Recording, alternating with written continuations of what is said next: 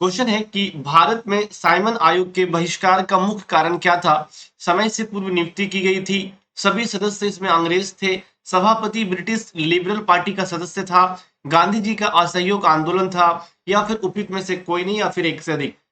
बताइए इसका सही जवाब क्या करेंगे? सब लोग कॉपी में नोट भी करती जाइएगा, इससे आपको बहुत काम आएगा एग्जाम में।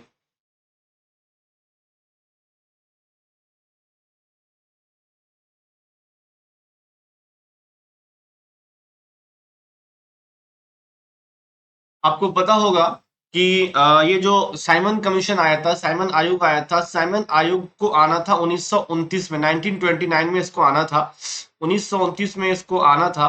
बट ये 1927 में ही बन गया और 28 में भारत आ गया। कब आ गया? 1928 में भारत आ गया।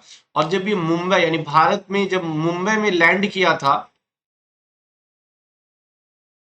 मुंबई में ये लैंड किया था, तो लोगों ने बहुत इसका विरोध किया था, जगह जगह पे इसका विरोध किया गया और इसे साइमन गो बैक का नारा दिया गया। साइमन गो बैक का नारा दिया गया। और ये नारा जो है, स्लोगन, इस नारा का मतलब होता है स्लोगन, ये दिया था यूसुफ मेहर अली ने।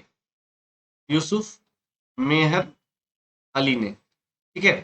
अब इसका रीजन का बहिष्कार का रीजन ये था क्योंकि जब लोगों को बात कही गई थी, जब लोगों को बात इसमें विधान परिषद में बात करने की अनुमति दे दी गई थी कि अब वो भी इसका भाग हो सकते हैं, तो फिर यहाँ पर सारे के सारे लोग जो है अंग्रेज ही क्यों थे, सारे के सारे लोग 7 लोग आए थे इसमें, और 7 लोग इसमें सब सफेद थे, व्हाइट थे, इसलिए इसको व्हाइट आयोग भी कहते हैं, है ना, श्वेत आयोग भी कहते हैं, व्हाइट कमीशन भी कहते हैं, नोट कर लीजिएगा इसको। ठीक है।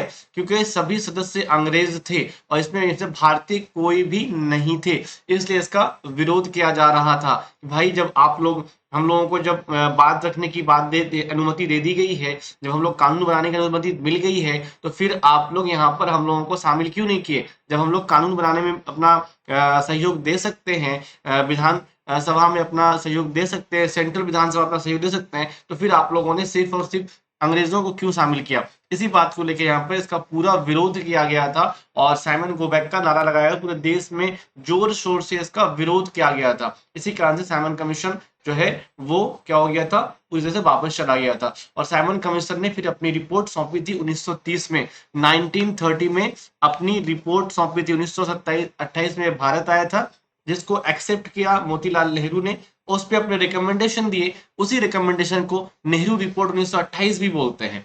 और फिर 1930 के वक्त में क्या किया था, जो साइमन आयोग था उसने अपनी रिपोर्ट प्रस्तुत जो की थी फाइनल, वो 1930 में प्रस्तुत की थी। ठीक है। आई होप कि सब लोगों को क्लास समझ में आ रहा होगा।